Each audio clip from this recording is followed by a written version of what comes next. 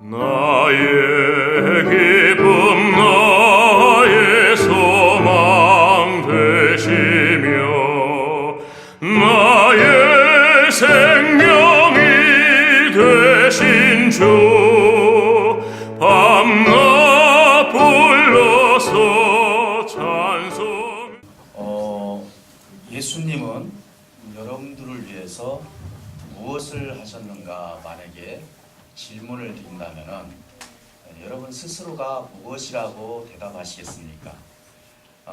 여러분들이 알고 있는 그 체험하신 예수님에 대해서 나에게는 무엇을 하셨고 그분은 지금 어떤 영향력을 가지고 나와 함께 계시는지 여러분들이 체험하고 그분을 알아가고 그리고 그분을 아는 만큼 여러분들은 아마 대답할 것입니다. 그래서 오늘 이 말씀을 전하기 전에 나와 예수님과의 관계는 어느 정도의 지금 관계를 형성하고 있는가, 이 부분을 좀 여러분들이 한번 깊이 생각을 하면서 오늘 주신 말씀을 통해서 예수님께서 나를 위해서 대책한 무엇을 하셨습니까? 라고 이 질문을 했을 때 오늘 말씀이 끝났을 때 이분은 정말로 나에게 이런 분이구나 라는 그런 은혜와 역사가 있으시기를 주님의 이름으로 축복합니다. 여러 답변이 나올 거예요. 어떤 분들은 확신 있게 아직도 인지를 하지 못하고 계시는 것 같지만은 그러나 믿어질 때도 있고 안 믿어질 때도 있다라고 대답하실 분도 있을 것입니다.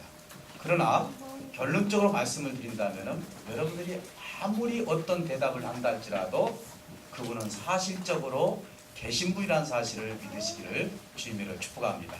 인간이 부정을 한다 해서 그분이 안 계시고 인간이 긍정을 해준다 해서 그분이 계시고 안 계시고를 떠나서 그분은 스스로 계신 분이라는 사실을 믿으시기를 주님으로 축복합니다.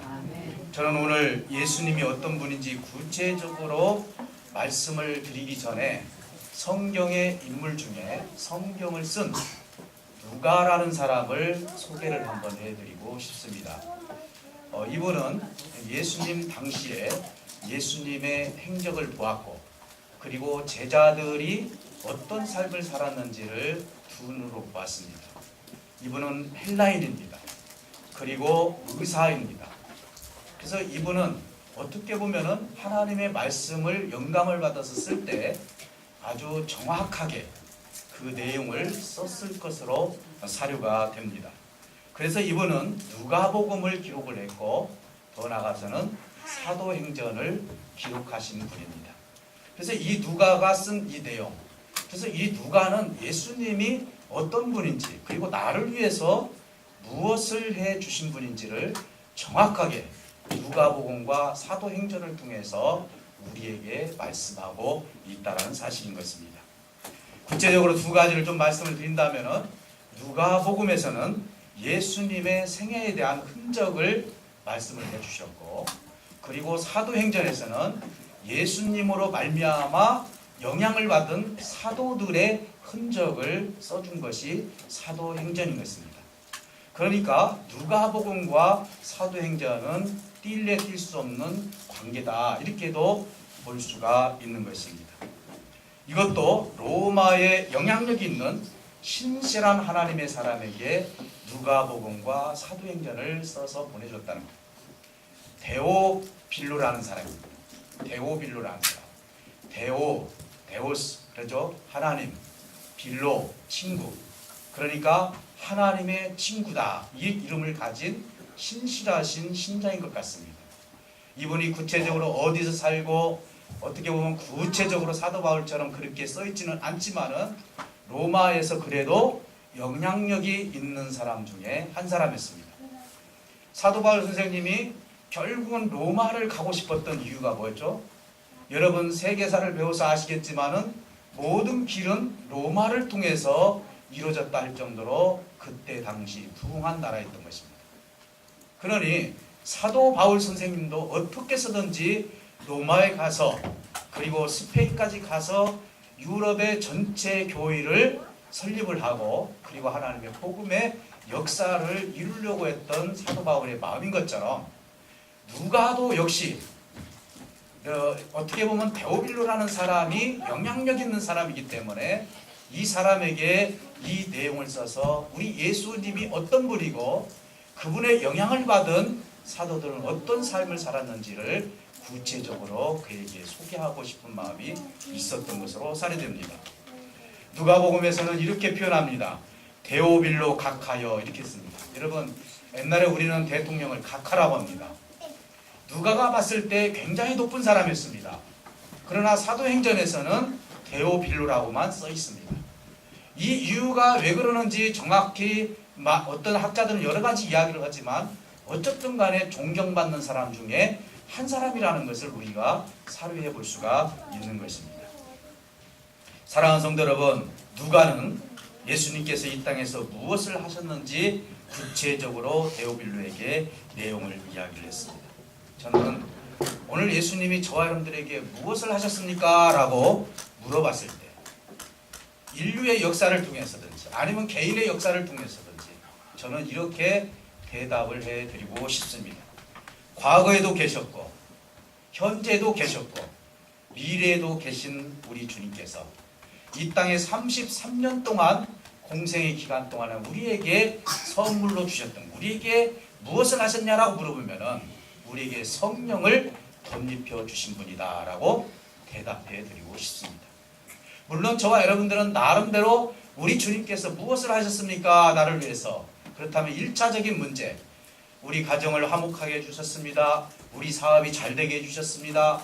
우리가 무슨 일을 하든지 간에 평탄케 해주셨습니다. 얼마든지 1차적인 문제도 우리 하나님께서 예수님께서 해주셨겠지만은 그러나 오늘 이 말씀을 통해서 예수님께서 의도하는 그분이 무엇을 주셨느냐라는 것을 의도적으로 말씀을 드린다면 저와 여러분에게 성령을 선물로 주시기를 원했다는 사실을 믿으시기를 주님으로 축복합니다. 사랑하는 성도 여러분, 특이한 것은 제자들이 있습니다. 여전히 하나님의 나라에 대한 혼동이 그 속에 있었습니다. 이 장면은 어떤 장면입니까? 예수님께서 이제 승천하시기 전에 예수님께서 제자들하고 대화하는 장면이 뒷부분에 나옵니다. 거기서 제자들이 무슨 말씀을 합니까? 이스라엘 나라의 회복하심이 이때입니까? 라고 여쭤봅니다. 조금 있으면 예수님께서 승천하셔서 올라가시는데 예수님이 의도했던 것은 이것과는 상관이 없는 것입니다. 이들은 예수님께서 십자가에 못 박혀 죽으시기 전에도 순전히 어떤 생각을 가지고 있었습니까? 로마라는 나라의 압박을 받는 유대가 빨리 회복이 됐으면 좋겠다. 이것이 그들의 소원이었습니다. 그래서 거기에는 여러 가지 정치적인 생각을 가지고 들어온 제자들도 있고 그리고 불순한 생각을 가지고 주님을 쫓았던 제자들도 있었습니다. 근데 한번 생각해 보십시오. 죽었다가 살아나셔서 40일 동안 인생들에게 예수님의 흔적을 다 보여주고 하나님 나라에 대해서 설명을 다 해줬는데도 불구하고 승천해서 올라가시기 전에 제자들의 질문이 여전히 그들의 생각이 얼마나 좁은지를 우리에게 말씀하고 시사하고 있는 것이 크다는 것입니다. 다시 한번 물어보겠습니다. 다시 한번 확인 한번 해보겠습니다. 이스라엘 나라의 회복하심이 이때입니까? 라고 이렇게 여쭤봤습니다. 우리는 때로는 우리의 신앙관이 좁게 너무너무 좁은 생각을 가질 때가 많습니다. 세계를 바라보지 못하고 땅끝을 바라보지 못하고 사는 경우들이 너무 많습니다. 그래서 내 과정 속에 생기는 일들 때문에 현재 일들 때문에 하나님을 잊어버려 사는 경우들이 얼마나 많이 있는지 모릅니다. 우리 주님은 그렇게 대답합니다. 때와 시기는 아버지께 있으니 다시 말씀드리면 너희는 절대로 이거에 대해서 신경 쓰지 마라. 너희 나라가 언제 회복될 것인지 이 부분은 너희가 걱정한다고 해서 되는 일이 아니라 이스라엘이 회복되는 것, 로마의 압제에서 회복되는 것은 다 아버지 때와 아버지 씨가 있는 것이지 이것은 그 때가 아니다. 그러니까 내가 원하는 것은 이 유대라는 나라가 로마로부터 압제로부터 해방되는 것이 아니라 하나님 나라이다. 이렇게 말씀해 주십니다. 우리는 대부분 하나님 앞에 기도할 때 시와 때를 하나님께 궁금할 때가 있습니다. 우리 교회가 언제쯤 부흥될까? 우리 집이 언제쯤 부자가 될까? 우리 아들이 언제쯤 취직이 돼서 이 사회에서 사회 일원으로 잘 살아갈 수 있을까? 정말 우리 인간이라면은 때와 시를 구분을 해서 언제 올 것인지 기다리는 것이 이때 당시 제자들의 마음이지만 오늘날 역시도 저와 여러분들이 궁금해했던 것들이 그 때와 시인 것입니다. 그러나 우리 주님은 말씀하십니다. 우리가 언제 어떤 일이 벌어질지, 그리고 우리가 목적했던 것이 언제 이루어질지, 이것은 내가 염려한다고 해서 키가 자라고 염려한다고 해서 그 문제가 해결되는 것이 아니라 그 모든 것들은 때와 시를 하나님께 맡겨라. 우리 주님은 그렇게 말씀하고 있습니다. 그래서 우리가 예수 믿는 분들은 대부분은 목적을 놓고 하나님께 기도하면서 이때까지 하나님 이 일이 이루어지지 않으면 안 됩니다 라고 기도하는 경우도 있습니다. 기도하지 말라는 얘기가 아니라 우리가 분명하고 확실한 목적을 가지고 하나님께 기도해야 됩니다. 목적도 뚜렷한 목적을 가지고 하나님 나라를 위해서라면은 그 기도가 합당한 것이겠지만은 하나님 앞에 졸려대면서 하나님께 기도하는 것은 하나님이 원치 않는 기도라는 사실을 여러분 꼭 명심하시기를 주님을 축복합니다. 유대인들도 제자들도 궁금한 것이 로마 제국에 세금을 내고 압박을 받는 이거에 대해서 굉장히 억울해하면서 주님이 하나님 나라로 승천하기 전에 물어본 것이 바로 이겁니다. 이스라엘의 회복이 이때입니까? 그러면서 우리 주님은 이렇게 말씀합니다. 8절에서 뭐라고 말씀합니까? 성령이 너희에게 임하시면. 이 유대라는 나라가 이제 로마로 또 회복되는 것보다도 우리 주님의 관심은 어디에 있습니까? 너희에게 성령이 임하시면. 여기에 관심이 있었던 것입니다. 그리고 예루살렘과 유대와 사마리아와 땅끝까지 뭐라고요? 내 증인이 되기를 원한다. 그렇다면 오늘 성령의 역할인 것입니다. 오늘날 우리가 하나님으로부터 성령을 받습니다. 사실 하나님이 저와 여러분들에게 성령을 주신 것은 어떤 사람들의 심령을 감찰을 하고 어떠한 것들을 맞춰내고 어떤 것을 예견하고, 물론 하나님께서는 그런 능력이 없는 분은 아니지만은 하나님께서 저와 여러분들에게 성령을 주신 1차적인 목적이 뭡니까? 그것은 예수님의 증인이 되라고 성령을 주셨다는 사실을 믿으시기를 주님으로 축복합니다. 여러분들은 성령을 받고 내 속에 계신 예수님을 상대에게 얼마만큼 증거를 하고 있습니까? 증인이라는 건 뭐죠? 법정에 가서 증인이라는 것은 내가 그것을 확실히 봤습니다라고 얘기하는 것이 증인인 것입니다. 그렇다면 내 속에서 역사하시고 내 영적인 눈으로 보고 그분을 감지하고 체육했던 이 모든 것들을 내 주변에 있는 사람들에게, 그리고 유대 사람들에게, 예루살렘 사람들에게, 사마리아 사람들에게, 땅끝에 있는 사람들에게 주님의 증인이 되라고 우리 예수님께서는 선물로 뭘 주셨다고요? 성령을 주시기를 원한다는 것입니다. 제자들은 어떤 마음을 가지고 있었습니까? 유대 나라가 빨리 회복됐으면 좋겠다. 나라도 그럴 것 같아요. 예수님 조금 있으면 승천하고 올라가는데 그래도 이분한테 마지막으로 하나 내가 물어봐요. 선물 하나 좀 받고 싶다. 분명히 제자들은 그래, 앞으로 5년 뒤에 회복될 것이다. 이것은 지금 기대를 했을 것이다. 주님은 그때와 시는 생각하지 말라고 합니다. 그러나 너희가 생각할 것은 오직 성령이 임하면은 내 증인이 되기를 원한다라고 주님은 말씀하고 있는 것입니다. 증인이 되기 위해서 성령이 주어질 때 성령이 임하면은 예루살렘이라고 말씀드렸어요. 이게 점진적으로 우리 예수님께서 말씀하십니다. 예루살렘이라는 것은 오늘날로 말하면 우리 가족을 얘기합니다. 가까운 곳을 얘기합니다. 우리 주님은 정말 가까운 곳부터 성령을 통해서 예수님을 알아가기를 원합니다. 그리고 이어서 유대라는 나라를 관심을 갖고, 그리고 이어서 사마리아라는 나라는 같은 혈통이었습니다. 그러나 북쪽 이스라엘과 남쪽 유다가 갈라지면서 사마리아는 혼혈족이 되어버렸어요. 다른 민족과 결혼을 많이 하다 보니까 유대인들이 손가락질하면서 그들을 욕하고 원수가 됐던 민족인 것입니다. 그런데도 불구하고 그곳까지 내 증인이 되기를 원한다.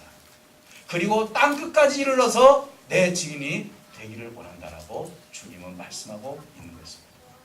배후에 성령의 역사가 없이는 예수님을 증거할 수가 없는 것입니다. 하나님의 영이 없이 전도한다 할지라도 학식적으로 내가 배워서 그냥 이것이 좋으니까 전달을 할 수 있지만 그 속에는 능력이 나타날 수가 없는 것입니다. 내 속에 성령이 임했을 때는 말 한마디만 해도 그에게 성령이 임해서 하나님을 받아들이고 예수 그리스도가 누구인지를 그가 인식하면서 복음을 받아들이는 역사가 있을 줄 믿습니다. 사랑하는 성도 여러분, 우리가 성령이 임하시면 어떤 현상이 벌어지냐?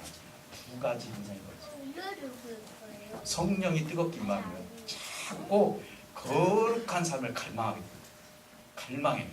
내가 이렇게 살아서는 안 되는데, 내 삶이 이래서는 안 되는데, 내 안에 계신 성령님은 자꾸 나를 지금 깨끗하게 하려고 자꾸 내 속에서 성령을 통해서 거룩한 삶을 살아갈 수 있도록 갈망하게 합니다. 여러분 혹시 내 삶 속에 갈망하는 마음이 있으십니까? 성결을 위해서 갈망하는 마음이 있으십니까? 그렇다면 그분은 성령이 뜨겁게 임하십니다. 사랑하는 성도 여러분, 뿐만 아니라 말씀을 목말라는 거예요. 세상의 모든 것들을 목말라는 것이 아니라 하나님의 말씀을 목말라하면서 그 말씀을 사모하게 된다. 성령이 임하게 되면 두 가지의 현상이 일어나는데, 거룩해지려고 하고 말씀을 사모하고 말씀을 찾고 찾게 되었다는 것입니다. 오늘 여러분, 오늘도 성령이 임한다. 성령은 이미 임해 계시지만은 이 임한다라는 의미는 뭐냐면 성령이 계속 채워진다는 것입니다. 뜨겁게 채워지는 것. 마치 슬기로운 다섯처녀처럼 기름이 계속 부어져야만이 이 불이 계속 켜지는 것처럼 내 속에 예수 믿음으로써 성령은 계시지만은 이 성령님이 충만히 계시지 않으면 저와 여러분들은 인격적으로 그분을 나타낼 수가 없다라는 사실인 것입니다. 성령이 결핍 이유가 뭡니까? 내가 성령님을 받았는데도 왜 성령님이 자꾸 좁아집니까? 내 안에서 좁아지는 이유가 뭡니까? 저와 여러분들이 혹시 세상의 소원이 너무너무 내 속에 많이 있기 때문에 예수님이 보내주신 성령님이 좁아질 수밖에 없다. 하나님에 대한 소원보다도 세상에 대한 소원이 내 속에 더 갈망하는 마음이 있다면 성령님은 결핍될 수밖에 없다는 거예요. 성령님은 떠날 수가 없다는 거예요. 떠나지 못하면서도 이 성령님의 이 영이 메말라서 우리 삶이 윤택한 삶이 아니라 메마른 삶이 될 수밖에 없다는 것입니다. 뿐만 아니라 영적 필요를 느끼지도 못한다는 사실입니다. 우리는 증인으로 부름을 받았습니다. 사랑하는 성도 여러분, 인간을 변화시키는 것은 윤리와 도덕이 아닌 것입니다.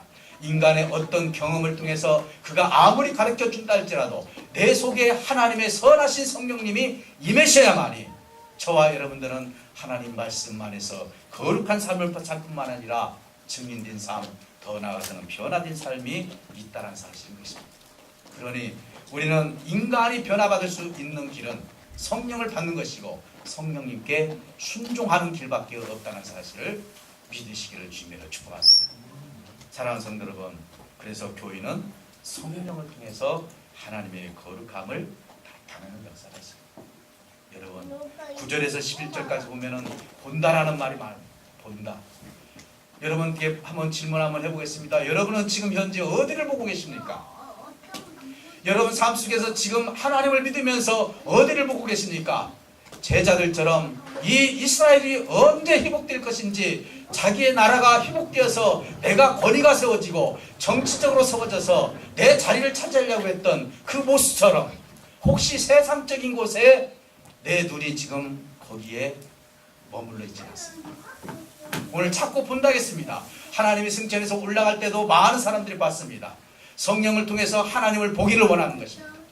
근데 저와 여러분들은 과연 무엇을 보고 계십니까? 우리 예수님 말씀합니다. 그 때와 시기는 하나님께 있으니 너는 성령을 통해서 하나님을 보라고 말씀합니다. 예루살렘을 봐라. 유대를 봐라. 사마리아를 봐라. 그리고 땅끝을 좀 봐라. 오늘 우리는 과정 속에서 내가 살아가면서 내 뜻과 내 뜻대로 되지 않냐고 내 생각대로 되지 않을 때는 하나님 앞에 작정을 하고 이 일들이 이루어달라고 하나님께 기도합니다. 기도하지 말라는 얘기는 아니지만은 그러나 우리가 저 땅끝을 바라보면서 하나님께 기도할 때 이방인들이 구하지 않는 그 기도를 하나님은 들으시고 네가 무엇이 필요한지 네가 먼저 그 나라와 그 의를 구할 때 무엇이 필요한지 아버지께서는 아시기 때문에 네가 구하지 아니한다 할지라도 하나님은 너에게 모든 것을 공급하실 것이라고 예수님께서 말씀해 주신 것입니다. 오늘 저와 여러분은 무엇을 해야 됩니까? 하나님이 나에게 무엇을 해주고 계셨습니까? 성령을 입혀주시지 않았습니까? 그렇다면 성령을 통해서 아버지 말씀을 듣고 깨닫고 그것을 내 입을 통해서 많은 생명들에게 하나님의 말씀을 전할 뿐만 아니라 우리의 관심은 어디에 있습니까? 땅끝을 볼 수 있는 관심을 가지시기를 주님으로 축복합니다. 이 땅끝이라는 것은 하나님이 목적하는 하나님의 나라인 것입니다. 하나님이 원하는 하나님 나라, 예루살렘과 유대와 사마리아와 땅끝은 하나님 나라에 다 소속되기를 원하는 예수님이 가지고 있는 뜻이라는 것입니다. 그러니 성령님의 역할은 무엇입니까? 물론 우리가 뜨겁게 기도하고 또 남을 책망하고 그것을 통해서 우리의 죄를 드러내고 이것도 하시겠지만 성령님의 가장 중요한 일 중에 하나는 뭡니까? 그것은 예수님께서 우리 스스로가 직일된 삶을 살기 위해서 성령을 부어주셨다는 사실을 믿으시기를 주님의 축복합니다. 사랑하는 성도 여러분, 오늘 저와 여러분들은 정말 어떤 증인으로 살 것인지 다시 한번 깊이 묵상하면서 이 제자들처럼 여전히 예수님의 말씀을 깨닫지 못하고 이스라엘의 회복됨이 이때입니까? 라고 물어봤던 육신적인 삶이 아니라 이제는 성령이 임하면 내 증인이 좀 되기를 원한다라고 주님이 우리에게 부탁하셨던 것처럼 오늘 주님께서 나에게 선물해 주신 성령을 통해서 하나님 나라가 우리 가정을 통해서 교회를 통해서 직장을 통해서 군산시를 통해서 전라북도를 통해서 대한민국을 통해서 세계 만방곡곡에 하나님의 뜻이 이루어지는 역사가 있으시기를 주님으로 축복합니다. 기도하겠습니다. 살아계신 아버지 하나님